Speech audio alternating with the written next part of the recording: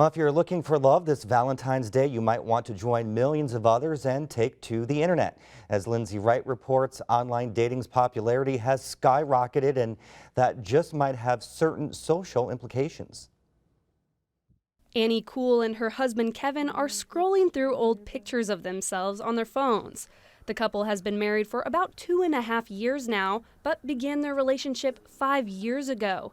They met on Match.com, an online dating site that launched 20 years ago and has exploded in recent years. When we first met our families, she was... I don't even know if my dad knows that we met online because I was so embarrassed. But to me, it wasn't as big a deal. I mean... Annie and Kevin are far from alone. Match currently registers nearly 3 million users in North America, with around 25,000 people signing up each day. According to Pew Research, 1 in 5 adults between 25 and 34 years old have tried online dating, making the internet as a whole the most common way for Americans to find a romantic partner. For millions of years, people turned to their surroundings, to their friends and their family, who was in their social networks, who was in their tribe. And now we can go to the internet and reach out across our community, across our town, across our state, across the country, across the world, to find people with similar interests. And because online dating has become so popular, that negative stigma Annie was embarrassed about years ago is pretty much gone. It's the idea that we turn to technology and the internet to find relationships, whether it be sexual or romantic. This has become a normalized part of how people find each other today. On sites like Match.com, there's a basic list of questions you answer, like what's your age, how tall are you, what's your hair color, what's your body type. And the essay portion, you talk about what you do for a living, what your religion is, what are your favorite things. Then you're prompted to upload a photo. Although online dating allows people to screen potential partners based on a number of specific qualities, research actually shows that people are dating in a more diverse way than ever before. The proof is in the pudding, and we could say, what are the relationships in America today? What do they look like? Who are people pairing off with?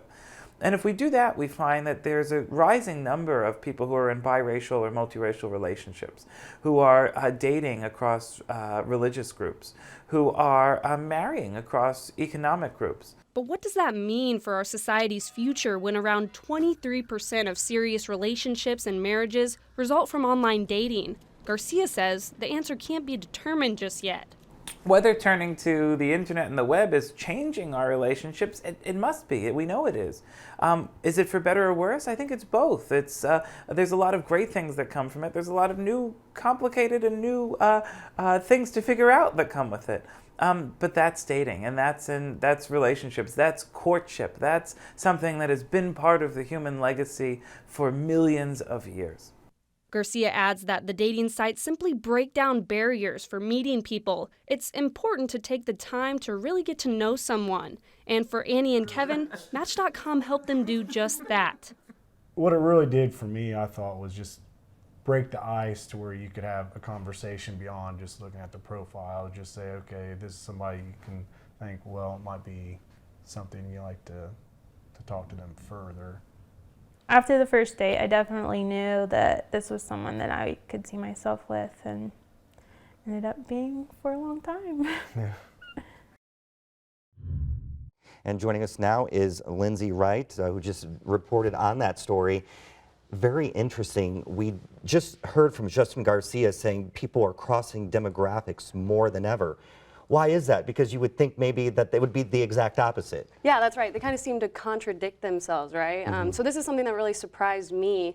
And what he's saying is this shift in patterns and traditions in dating isn't necessarily caused by online dating, but the internet. The internet is a huge player in this shift of what's important to us when we're dating.